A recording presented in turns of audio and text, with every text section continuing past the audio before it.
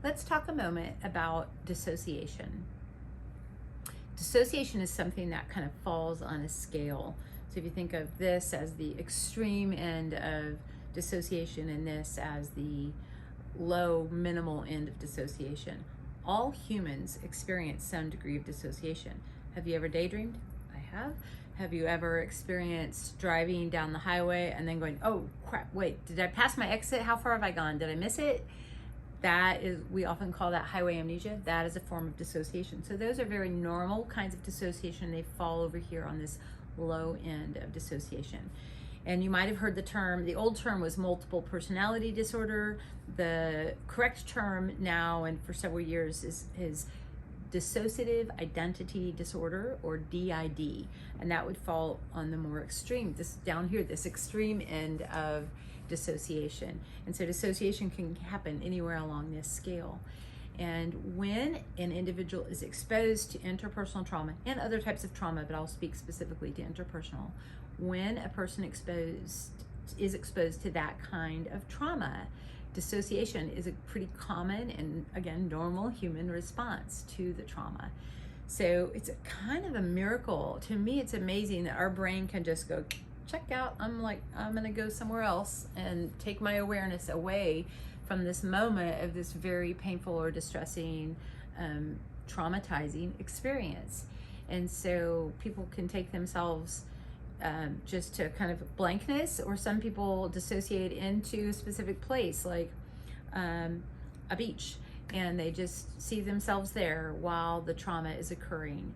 And when you are a young person experiencing trauma, and dissociation is a response that your brain chooses as a way to flee the situation, then what will often happen is dissociation becomes kind of like a hardwired go-to response when stress starts to occur. And so you may no longer be experiencing trauma, but still finding yourself dissociating at a higher degree than this, like daydreaming or highway amnesia, and at a level that's causing you to check out and miss out and not be present for your life.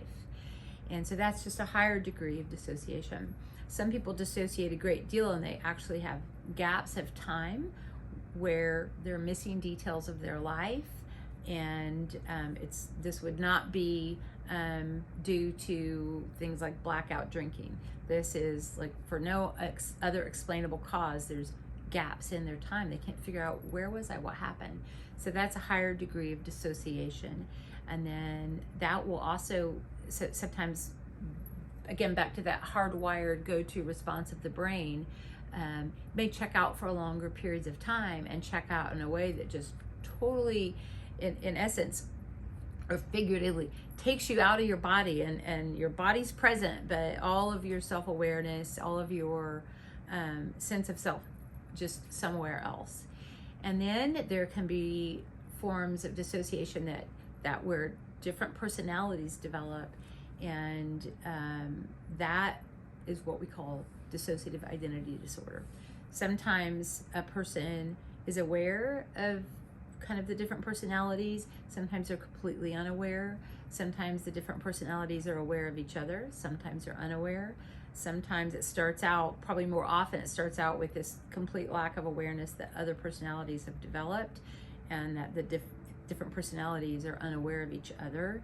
And one of the flags that might be happening is when you do have these gaps of time where you just don't know what happened in your life.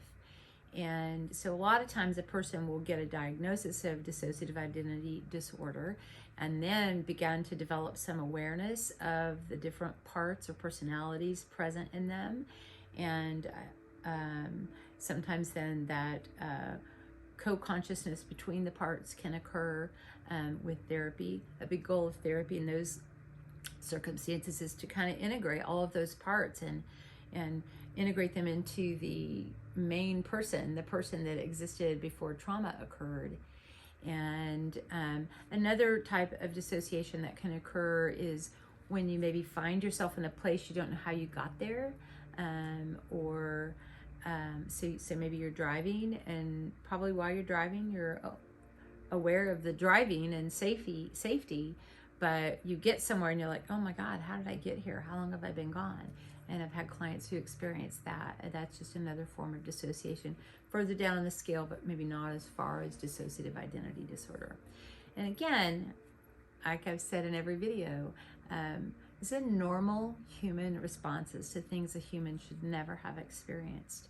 And I say it's kind of a miracle that our brain can check out in that way, but we're no longer being exposed to trauma. That response becomes unhelpful to us. It doesn't serve us well. It makes us miss out on life. And so we want to start to recognize that's happening and work on ways to become more integrated and more present.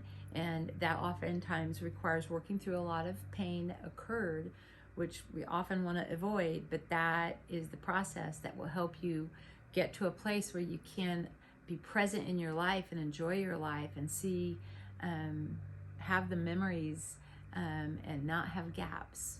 So I hope that this has been helpful information. If you have more questions, if this is something you want to work on, I'd love to help you or give you information about people who could help you. But there's lots of resources. You do not have to live this way, and there is help.